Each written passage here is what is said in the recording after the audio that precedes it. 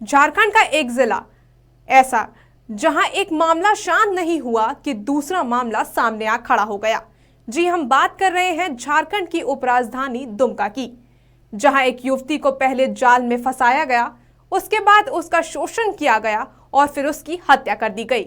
कैसे हो रही इन दिनों हत्या, आखिर क्या है लोगों की मंशा, देखिए इस रिपोर्ट में। झारखंड की उपराजधानी दुमका उपराजधानी तो इसलिए बना था कि यहाँ सुरक्षा व्यवस्था के साथ लोग अमन चैन से जिएंगे।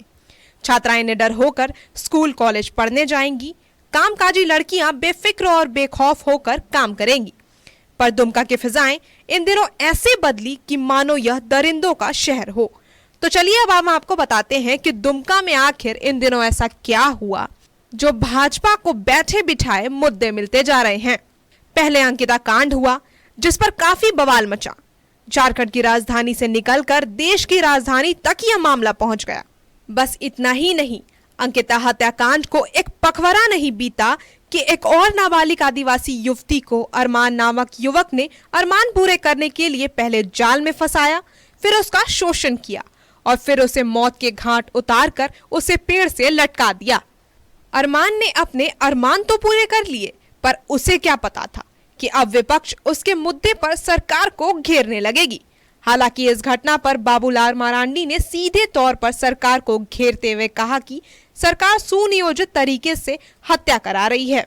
कि इस प्रकार से रिपोर्ट आया, शायद पोस्टमार्टम वगैरह को तो नहीं पता, लेकिन अखबारों में जो मैंने देखा है, शायद बच्चे प्रेग्नेंट भी रही है और लगता है कि उनको फिर रास्ते से साफ करने की उन्होंने बड़ी सुनियोजित तरीके से प्लान बनाया।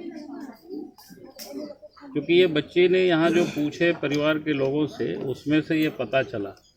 वहीं बाबूलाल मरांडी ने यह भी कहा कि दुमका पुलिस अपराधियों को बचाने के लिए कानून को ताक पर रख देती है।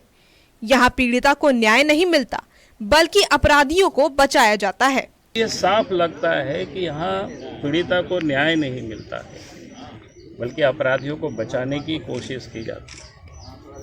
तो आज मैं कह सकता हूँ कि राज्य सरकार से इतना मैं ज़रूर मांग करूँगा कि सबसे पहले तो नूर मुस्तफ़ा है, उनको सरकार हटावे यहाँ से। उनके ऊपर पहले भी हमने कहा था कि 120B के तहत मुकदमा होनी चाहिए अंकिता के मामला में और उनकी गिरफ्तारी होनी चाहिए। कुल मिलाकर हम यही कह सकते हैं कि दुमका की धरती इन दिनों विपक्ष को बैठे बिठाए मुद्दा दे रही है। अब देखना यह है कि विपक्ष अरमान को किस हद तक और कितने जल्दी सजा दिलवाने में कामयाब हो पाती है। कोयलांचल लाइव के लिए दुमका से विजय तिवारी की रिपोर्ट।